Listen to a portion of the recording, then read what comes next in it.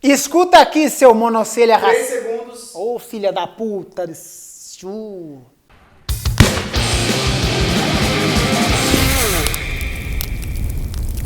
Escuta aqui, seu monocelha racista de merda. Alguém precisa falar umas verdades sobre você.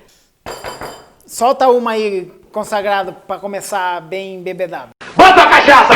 Ô, mas vai demorar tanto assim, filha da puta? Vai logo. Obrigado. Caralho. Monteiro Lobato nasceu em 1882 em Taubaté, aqui no interior de São Paulo, perto da minha cidadezinha natal, Piracicaba. Ele, desde criança, ele foi criado num sítio, no sítio do avô dele, o sítio, entendeu? Sítio do Visconde de Tremembé. O avô dele era Visconde de Tremembé, tá entendendo? Tá entendendo as referências já do Monteiro Lobato? Eu entendi a referência. E ele, desde criança, ele gostava muito de ler. Ele gostava de ler, ele invadiu a biblioteca do avô dele, começou a ler e criou as historinhas dele infantis, Reinações de Narizinho, o Pica-Pau Amarelo Mas não é disso que a gente vai falar aqui, não. A gente vai falar do Jeca Tatu. Sabe quem que é o Jeca Tatu? Um demônio. O Jeca Tatu é um personagem criado pelo Monteiro Lobato. Em 1912, o Monteiro Lobato estava putinho da vida. Eu tô brabo. Porque alguns trabalhadores rurais tacavam fogo no mato e pegavam na fazenda dele. Então ele escreveu um artigo no jornal O Estado de São Paulo, falando mal de todos os caipiras do Brasil. Então ele criou esse personagem, o Jeca Tatu, que era uma generalização de todos os caipiras do país. E ele falava que todos os caipiras do Brasil, todos os trabalhadores rurais, eram ignorantes, eram preguiçosos e eles eram culpados das próprias mazelas deles. Escuta esse trecho aqui da minha colinha. A causa principal da lombeira, que é a preguiça do Jeca Tatu, reside nas benemerências sem contas da mandioca. Eu tô saudando a mandioca. Talvez sem ela ele se pusesse de pé e andasse. Mas, enquanto dispuser de um pão cujo preparo se resume no plantar, colher e lançar sobre brasas, ele não mudará de vida.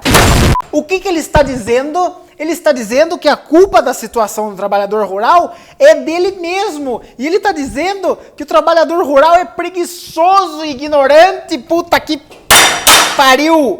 Preste atenção. Hoje, século XXI, uns anos atrás, eu fiquei sabendo de uma notícia de um boia fria. Para quem não sabe, boia fria é o trabalhador que corta cana, que morreu de cansaço depois de colher 11 toneladas de cana em um dia! Porra! E se o cara, filho da puta, imagine naquela época, isso foi no século XXI, imagine naquela época o quanto que o filho da puta trabalhava pra esse filho da puta dizer que o trabalhador rural é preguiçoso. E não para... E não para por aí não, escute. Uma espécie de homem, ele dizia do Jeca Tatu, uma espécie de homem baldio, seminômade, inadaptável à civilização que vive à beira dela, na penumbra das zonas fronteiriças, o caboclo, e ele fala caboclo. Cala a boca, seu olhar tá me dizendo. Ele ainda usa os estereótipos racistas, porque ele dizia que todo trabalhador rural era caboclo ou mulato, e é uma quantidade negativa. Olha que filho da puta! Que filha da puta!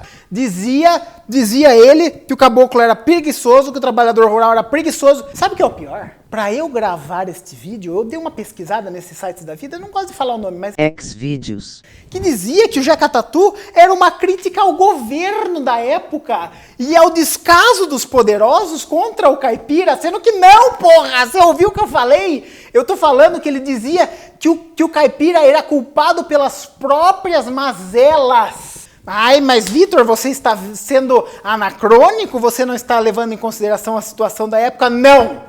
Não! Eu não estou sendo anacrônico, sabe por quê? Porque na própria época, os autores, os escritores pensavam diferente dele. Na verdade, ele foi o cara que inaugurou esse pensamento racista, dito realista, que não era realista porra nenhuma. Vou dar um exemplo para você.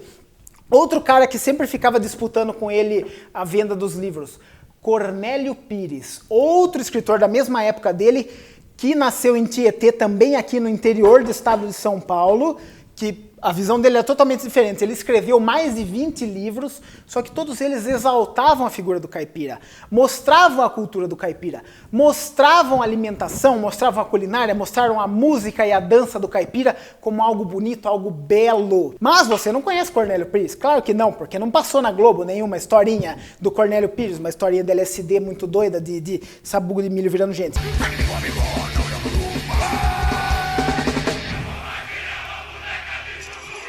Mas então, se você conhece Cornélio Pires, comenta aqui embaixo. Fala, não sou ignorante não, eu conheço Cornélio Pires. Comenta aqui embaixo. Eu já destilei meu veneno, já falei mal do Monteiro Lobato, que ele era racista, que ele era isso, que ele era aquilo. Mas, no futuro, o Monteiro Lobato mudou de pensamento, tá? Eu tenho que admitir isso. Ele acabou estudando um pouco o sanitarismo, que era uma escola ideológica da época, uma escola de pensamento. Eu quero mais bebida porque eu estou ficando sóbrio. Por favor, garçom. Os sanitaristas diziam o seguinte... Obrigado. Buceta doeu.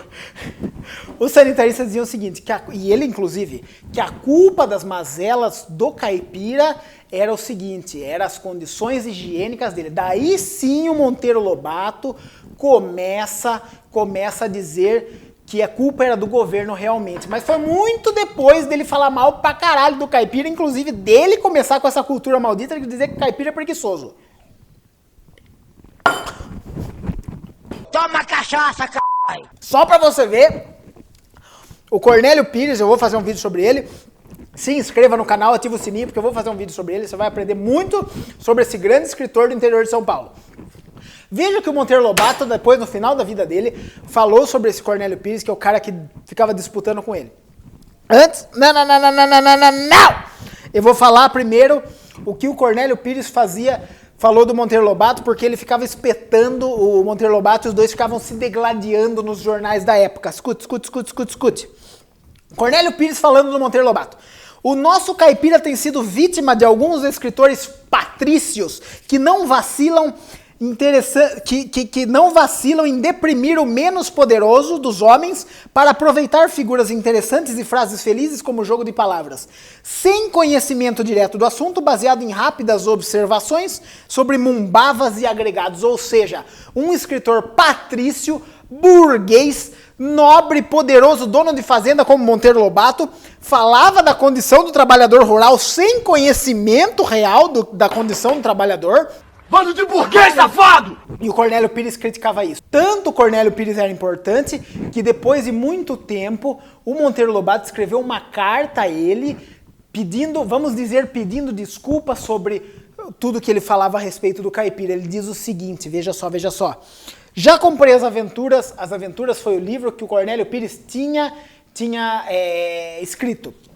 E venho te dar um abraço, ao mesmo tempo confirmar-lhe minha admiração pela tua obra, ainda não bem conhecida pela crítica. Você, Cornélio, é um dos pouquíssimos que vai ficar. Há tanta verdade nos seus tipos, tanta vida, há tanto humanismo na tua obra, há tanta beleza na tua originalidade, em teu estilo, que estás garantido. Estás à prova do tempo que varre impiedosamente o que é medíocre. Um sincero abraço. Mas isso não é verdade. Quem sobreviveu ao tempo? O Monteiro Lobato.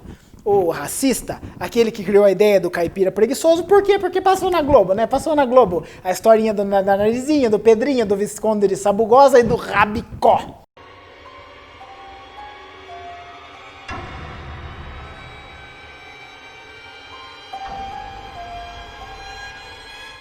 Eu sou preguiçoso, não sou caipira, não trabalho e vai tomar no cu todo esse povo piracicabano, caipiracicabano, não trabalha muito, é um provelitista do caralho, dono de fazenda, o Monteiro Lobato, que tem a coragem, a balbúrdia, a capacidade de falar, meu povo é um povo que sofreu muito, que sofre muito, que o caipira não é preguiçoso. Enfim, a hipocrisia.